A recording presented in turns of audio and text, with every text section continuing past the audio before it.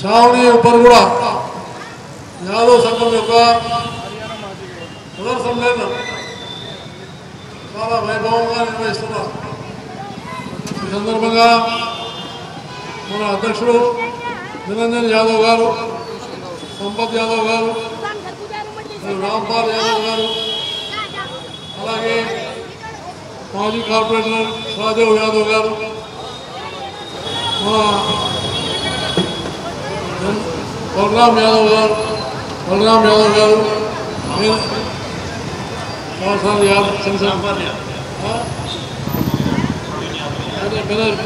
रवि यादव गारू सुभाष चंद्र गारू राजशेखर रेड्डी गारू अनेक मंदी प्रजलारा सोदर सोदरी वल्ल सम्मेलन दीपावली तरह చూసుకునేటువంటి మంచి పండుగ దీపావళితో చేసుకునేటువంటి గొప్ప పండుగ. ఈ పండుగ ముఖ్యంగా మన దేశంలో మన రాష్ట్రంలో పాడి పశువులకు ఉన్నటువంటి అభివృద్ధి జరగాలని మన యొక్క వృత్తి మీద ఆధారపడి పాల వృత్తి మీద ఆధారపడి జీవిస్తున్నటువంటి యాదవ సోదరులు, గొల్ల సోదరులు వీళ్ళందరూ కూడా సమాజ నిర్మాణంలో, సమాజ అభివృద్ధిలో చాలా బహుముఖమైనటువంటి పాత్ర నిర్వహిస్తున్నారు. అందుకనే వృత్తిని సాంకేతిక పరమైనటువంటి ఒక మార్పులు వస్తున్నాయి. ఈరోజు కేంద్ర ప్రభుత్వం కూడా డైరీ పెట్టుకుంటే మనకు దాదాపు 20-25% వరకు సబ్సిడీ ఇస్తుంది. కాబట్టి మనము మన వృత్తిని ఇంకా పెంపొందింపజేయాలి. మన యొక్క బర్రెలు కానీ, దున్నలు కానీ, అలాగే ఇంకున్నటువంటి ఒక వేరే పశువులు కూడా వాటిని కూడా మనం పెంపొందింపజేస్తే పశు సంపద చాలా ముఖ్యం.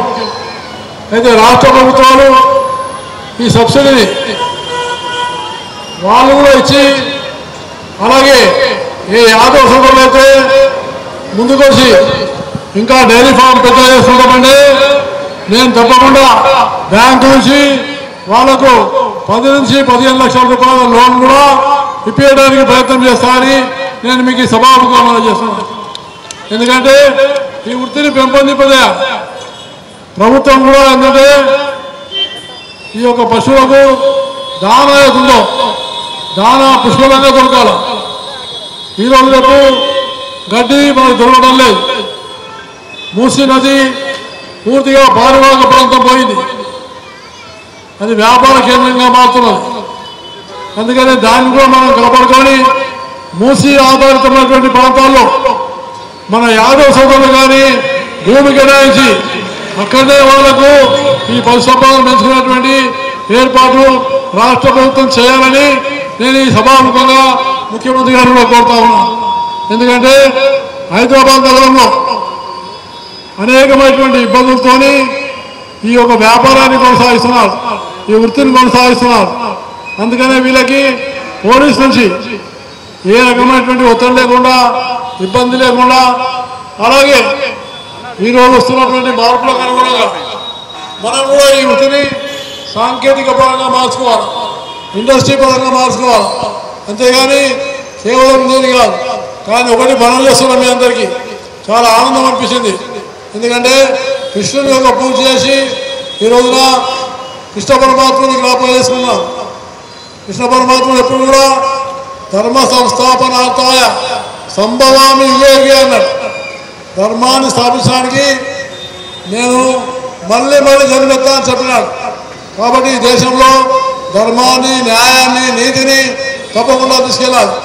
అలాగే ఈ పాతపట్నంలో ముఖ్యంగా చావడి కురుమూల ప్రాంతంలో శాంతిని నెలకొల్పాల్సిన అవసరం ఉంది, సామరస్యం తీసుకోవాల్సిన అవసరం ఉంది.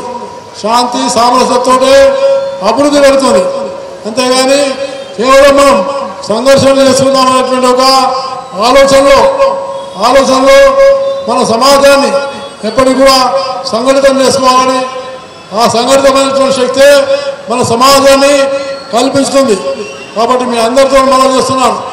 యాదవ మిత్రులందరూ కూడా ఇంకా తమ శక్తిని పెద్ద ఎత్తున మనం పెంచుకొని మన యొక్క సమాజాన్ని పటిష్టం చేస్తూ ఈ వృత్తిని కూడా పెంపొందింపజేయడానికి యువకులు ముందుకు రావాలని, చదువుతో పాటు మన వృత్తిని కూడా మనం పెంచుకోవాలని, ఏ రకమైనటువంటి చదువున్నా కూడా బీటెక్ చదివినా ఇంజనీరింగ్ చదివినా మన యొక్క పాల వృత్తిని పెంపొందింపజేసుకోవచ్చు.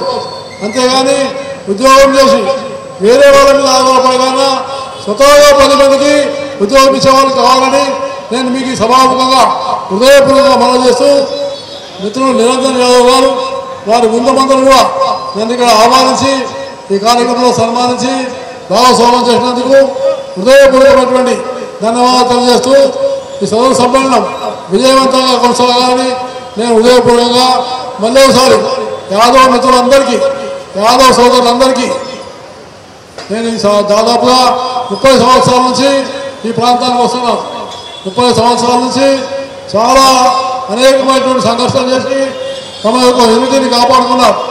కాబట్టి అందుకు నేను యాదవ్ సంఘాన్ని మళ్ళీ ఒకసారి హృదయపూర్వకంగా ధన్యవాదాలు తెలియజేస్తూ, చావని కుర్మ కూడా యాదవ్ సంఘం ఇంకా అభివృద్ధిలో రావాలని, అందులో యాదవ్లో ఇంకా చదువును ఇంకా బాగా నేర్చుకొని విద్యతోని ఇంకా అభివృద్ధిలో వెళ్ళాలని నేను హృదయపూర్వకంగా కాంక్షిస్తూ నన్ను ఆహ్వానించినందుకు మళ్ళీ ఒకసారి నిరంజన్ యాదవ్ గారికి వారి బృందానికి ధన్యవాదాలు తెలియజేస్తూ సెలవు తీసుకుంటాను. జై హింద్.